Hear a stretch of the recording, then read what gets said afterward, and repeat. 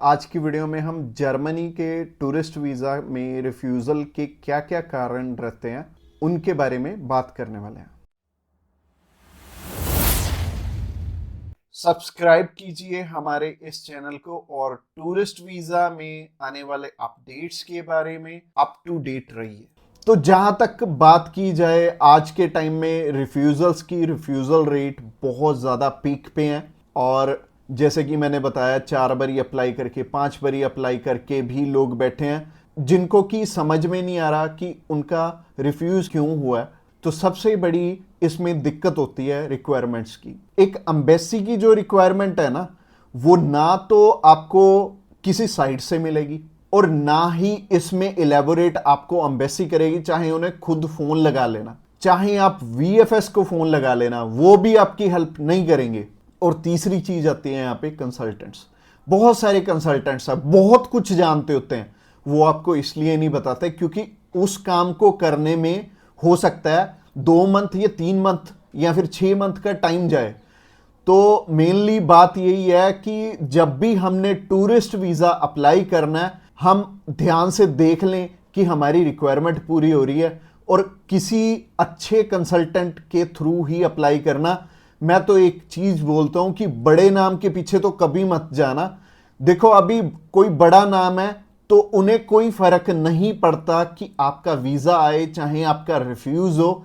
But हाँ, जैसे हमारे जैसी कंपनीज हैं जो कि अप्लाई करने का भी खर्चा बहुत कम लेते हैं और इसके बाद भी आपको पूरी पूरी सपोर्ट करते हैं हर एक फील्ड में, हर एक चीज में आपकी डॉक्यूमेंटेशन बहुत अच्छे से बनाते हैं। क्योंकि जितने नॉमिनल कॉस्टिंग हम लेके चल रहे हैं ना, अगर आपका वीजा आएगा तभी हमारा बेनिफिट है। अगर आपका वीजा आएगा, आप 10 रेफरेंस हमें दोगे तभी हमारा बेनिफिट है, अदरवाइज हमारा कोई बेनिफिट नहीं है।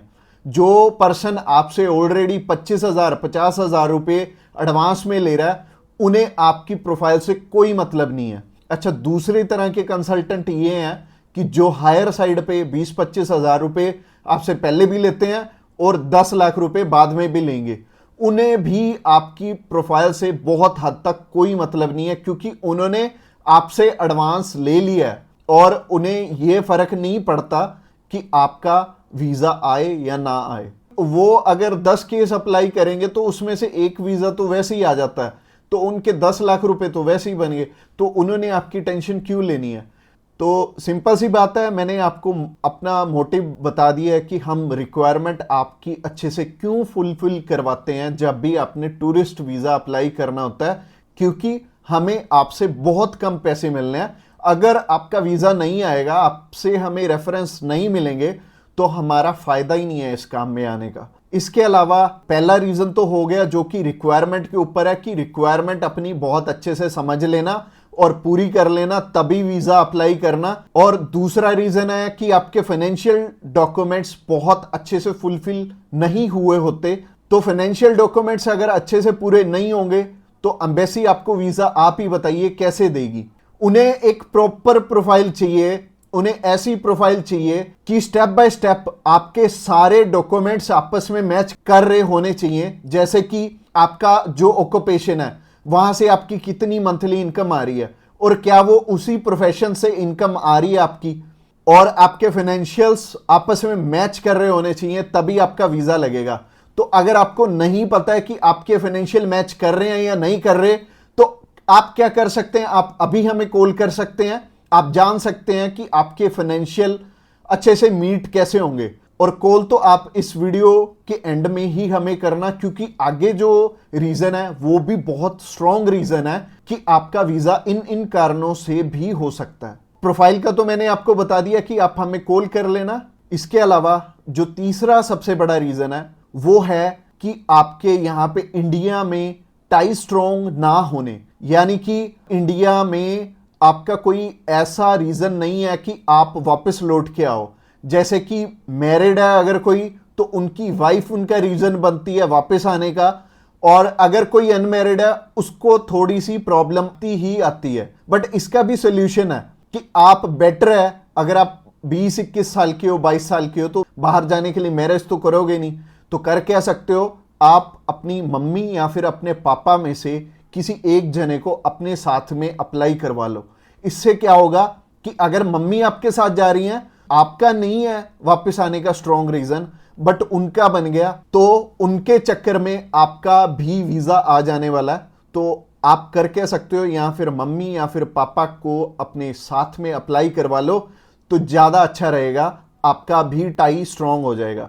तो तीसरा रीजन हो गया। रीजन नंबर 4 की तरफ बढ़ते हैं। और जो चौथा रीजन है वो ये रीजन है कि आप यहां पे घूमने के लिए जा रहे हो, आपका पर्पस मैटर करता है। जब आप कवरिंग लेटर बना रहे हो तो कवरिंग लेटर ये तो आपके हाथ में नहीं है, ये तो आपके कंसल्टेंट के हाथ में है कि आपका पर्पस बहुत ज्यादा स्ट्रांग होना चाहिए, तभी आपको एक कंट्री वीजा देगी।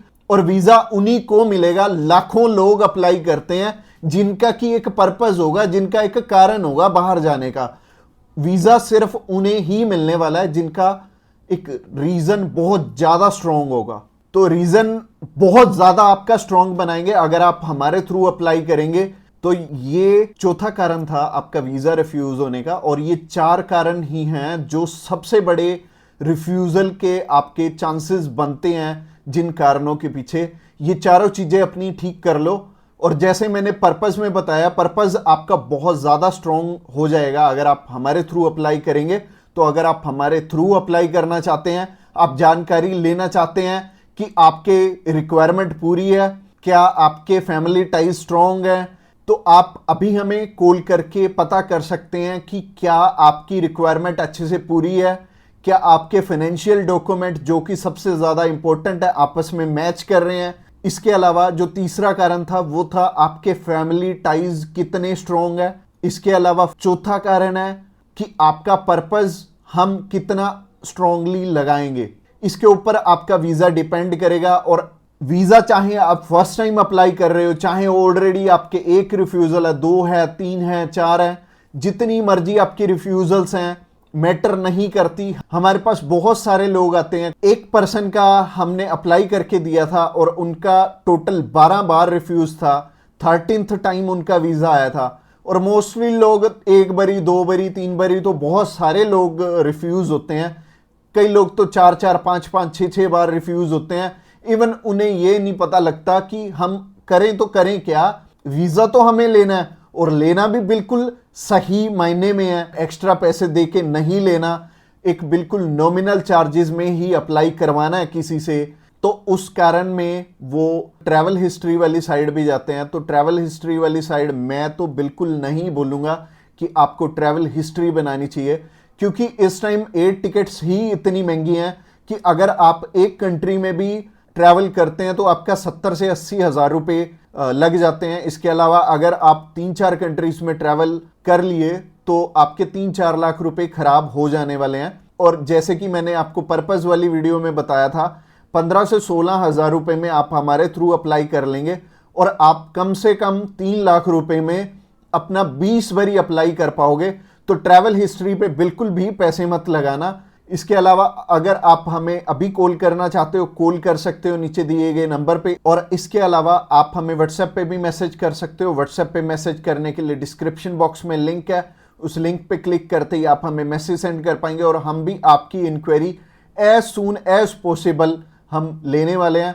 और हमारी टीम्स ऑफ एक्सपर्ट्स हमेशा रेडी है और वो सारे टीम मेंबर्स को पर्सनली मैंने ही ट्रेंड किया हुआ है और आपकी हर एक ज़रूरत को वो समझेंगे और फिर उसी अकॉर्डिंग आपको गाइड करेंगे। और आपको बिल्कुल भी टेंशन नहीं लेनी, जब भी आपने वीज़ा अप्लाई करना है आप हमारे थ्रू ईजिली कर सकते हैं। अगली वीडियो हमारी सी टाइप के वीज़ा के ऊपर रहने वाली है कि सी कैटेगरी में बहुत सारे हमारे पास ऑप्शन होते हैं अलग अलग, जिनके थ्रू की वीज़ा अप्लाई करने में हमारा पर्पस बहुत स्ट्रॉन्ग हो जाता है। तो सी टाइप में जैसे कि बिजनेस वीज़ा हो गया, स्पोर्ट्स वीज़ा हो गया, कल्चर वीज़ा हो गया, मेडिकल वीज़ा हो गया, तो ये सारे वीज़ा के बारे में हम बात करने वाले हैं, जो कि हमारी नेक्स्ट वीडियो रहने वाली है।